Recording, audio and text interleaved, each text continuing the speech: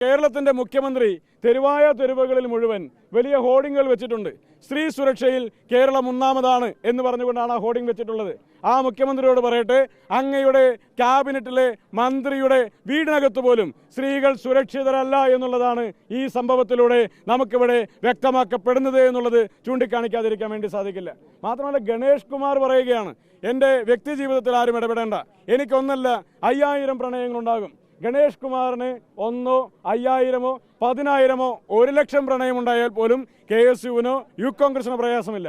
പക്ഷേ ഗതാഗത വകുപ്പ് മന്ത്രിയുടെ ഗതാഗതങ്ങൾ മുഴുവൻ, അദ്ദേഹത്തിൻ്റെ സഞ്ചാരങ്ങൾ മുഴുവൻ അബദ്ധപാതയിലാണ് എന്ന് വന്നാൽ അതിൽ കേരളത്തിനകത്ത് ജനങ്ങൾക്ക് പ്രയാസമുണ്ട്. കേരളത്തിലെ KSUവിനും യൂത്ത് കോൺഗ്രസിനും പ്രതിഷേധിക്കാനുള്ള അവകാശമുണ്ട് എന്നുള്ള കാര്യം കൂടി ഇവിടെ ചൂണ്ടിക്കാണിക്കാൻ വേണ്ടി ആഗ്രഹിക്കുക.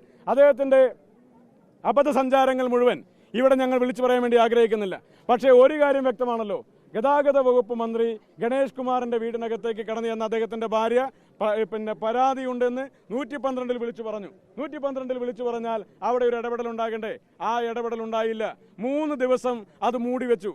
ആ 3 ദിവസം ആ വിഷയങ്ങൾ മൂടിവെച്ച് ഇന്നിപ്പോൾ 4ാമത്തെ ദിവസം മാധ്യമങ്ങളിൽ വാർത്തയാകുമ്പോൾ അത് സെറ്റിൽ ചെയ്യാനുള്ള ഇടപെടൽ നടത്താൻ മന്ത്രിക്ക് അവസരമൊരുക്കിയത് ആരാണ്?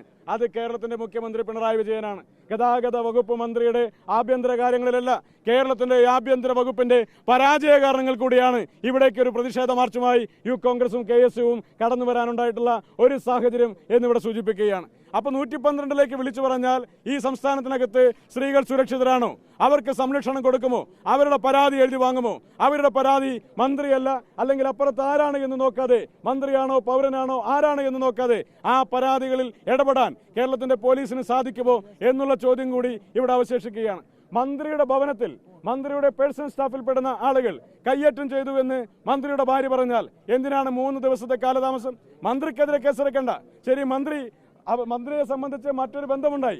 ഇന്ത്യൻ ശിക്ഷാ നിയമങ്ങൾ അനുസരിച്ച്, ഇന്ന് നിലനിൽക്കുന്ന സംവിധാനങ്ങൾ അനുസരിച്ച് ഉഭയകക്ഷി സമ്മതപ്രകാരമുള്ള ബന്ധങ്ങളിൽ കേസെടുക്കാനുള്ള സാഹചര്യമില്ല. അത് ഞങ്ങൾ മനസ്സിലാക്കുന്നു. പക്ഷേ മന്ത്രിയുടെ ഭാര്യ പറയുകയാണ്, എന്നെ കയ്യേറ്റം ചെയ്തു എന്ന് പറഞ്ഞാൽ അവിടെ കേസെടുക്കണ്ടേ? അവിടെ ക്രിമിനൽ കേസെടുത്ത് അന്വേഷണം നടത്തണ്ടേ?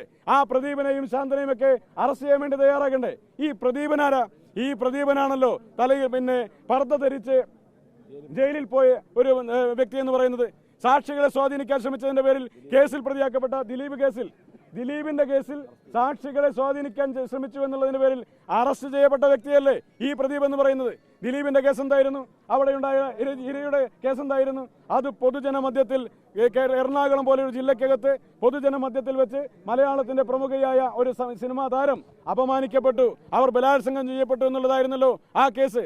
ആ കേസിനകത്ത് അവരെ ആ അതിജീവിതയെ ഉൾപ്പെടെ അണിനിരത്തിക്കൊണ്ടാണ് ഈ സർക്കാർ കഴിഞ്ഞ ദിവസങ്ങളിൽ വലിയ രീതിയിലുള്ള PR പ്രചരണം നടത്തിക്കൊണ്ടിരിക്കുന്നത്.